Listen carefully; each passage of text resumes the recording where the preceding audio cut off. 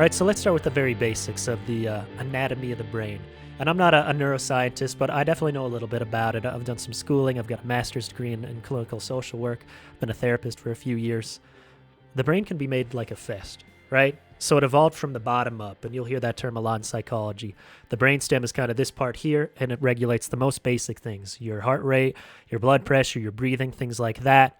As you go up, you've got your sensory motor stuff, your emotionals, your memory and your hypothalamus. You keep moving up, and it evolved more over time. So your more complex brain functions actually are the last things to evolve in the prefrontal cortex. Now, as you're gambling, as you get super emotional, you get happy, you get sad, you get angry, what happens is your brain, the sympathetic nerve system, starts to activate.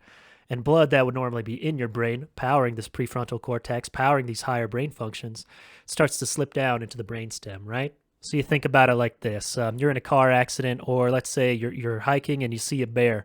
All that blood is going to your muscles, your organs, out of your organs into your muscles so you can run, fight or flight. You've all heard of that.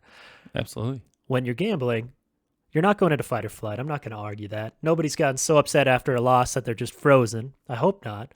I mean, I get pretty sad after a loss. Some people might I've say. seen some videos on Twitter of people throwing their TVs through the wall, which are great. Hiding in the corner crying, maybe if you're Matt Dietz and you Right. lost some money on the Packers in the NFC Championship game versus Pistol Pete Carroll. Yeah. But I digress. So getting back to it, right? So when you get super emotional, you get super happy, you're not thinking with the prefrontal cortex, this top part right here.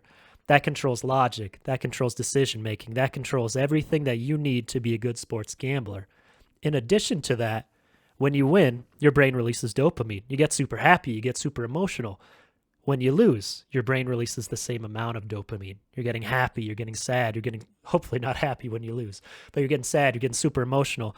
And those higher functions of your brain, they shut down. You don't think the same way. Sure, you have some logic. You can say, well, the Packers, they're so much better than the 49ers. They're definitely going to win this game.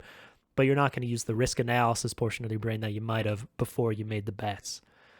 Does that make sense, Kyle? What questions do you have? Yeah, I mean, I think that makes perfect sense to me. And so what, I guess, off of that, what would you suggest to our listeners to kind of protect themselves against that? Because obviously, this is something that we can't help, right? It's going to release the dopamine. It's going to happen to all of us. It's not, something that we can control. It's part of our evolution, right? So how do you kind of counteract that to keep yourself under control as a bettor and making smart decisions? Well, you stop gambling. No, that's stupid. Why would you ever do that? Yeah. But more really, just some things that I do to help myself out. Any game you're going to bet, you need to know before you place a bet, before the game even starts. If I'm going to live bet a team, I have that set before the game starts. We talked about it on our tweet out when we talked about the Packers and the 49ers tonight. Yes. I picked the Packers. I like them anywhere below -3, -2.5, maybe even 3.5.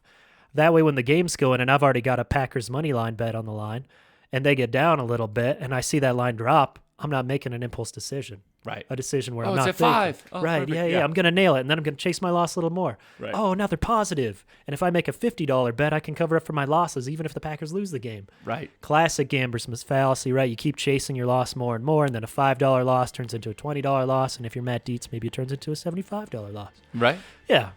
Yeah. Okay. I like that. That's very good practical advice. Thank you so much. Another great episode of Dietz Teach here.